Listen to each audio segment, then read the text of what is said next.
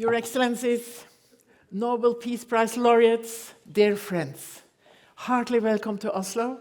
I'm so proud that you are all here.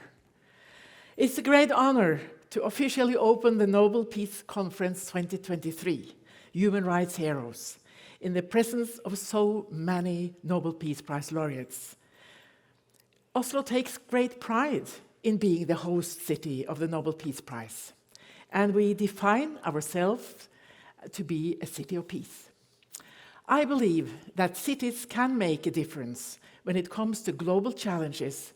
Naturally, it should be unnecessary for cities to have their own foreign policy, but we see that cities around the world play a crucial role in fighting climate change and delivering on our obligations according to the Paris Agreement and also according to the UN's development goals.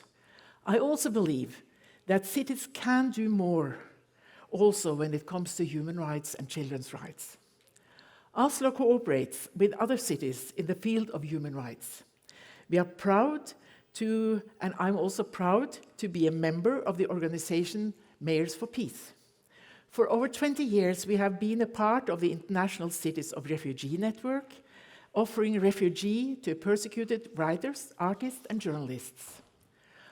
Oslo Breathing Space City is also a project launched by Amnesty International, Norway, Human Rights House Foundation, and the Norwegian Helsinki Committee, and the Rafto Foundation, and the Norwegian Human Rights Fund.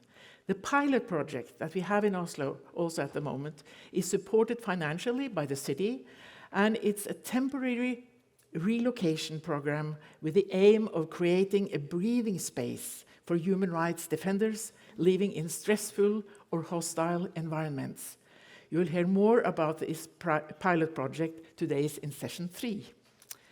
In a time where the world on so many levels seems to be moving in the wrong direction, where human rights and children's rights are under pressure all over the world, and the number of democracies are declining, it is more important than ever to celebrate and also to support the people who stand up for peace and human rights.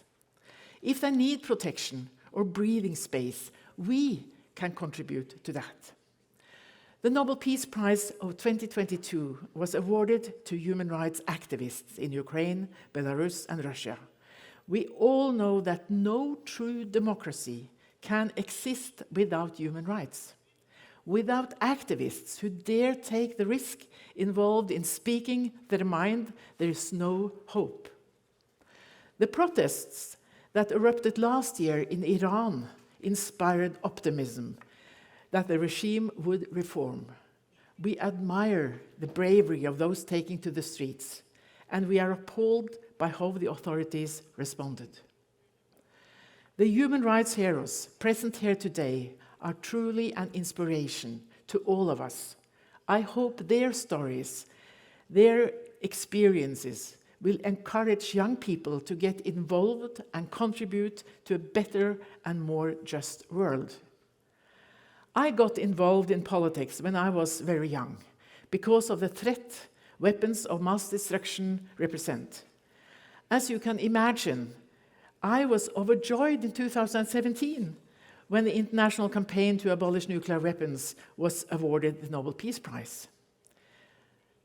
Subsequently, Oslo, along with many other cities, joined ICAN's Cities Appeal, endorsing an international ban on nuclear weapons. And in 2021, the Treaty on the Prohibition of Nuclear Weapons became a legally binding international agreement. It is another example of how cities also can go further in the direction of what's right than national governments are willing to do. I truly believe that together we can make a difference. Together we can all be champions of change. Being here together with you today give me hope, hope for the future, give me hope for a safe and peaceful and a climate-friendly future for my grandchildren. I'm looking forward to the 3 sessions we have ahead of us. And and I think without further ado, it gives me great pleasure to declare the Nobel Peace Conference 2023 Human Rights Heroes for officially open. Thank you so much.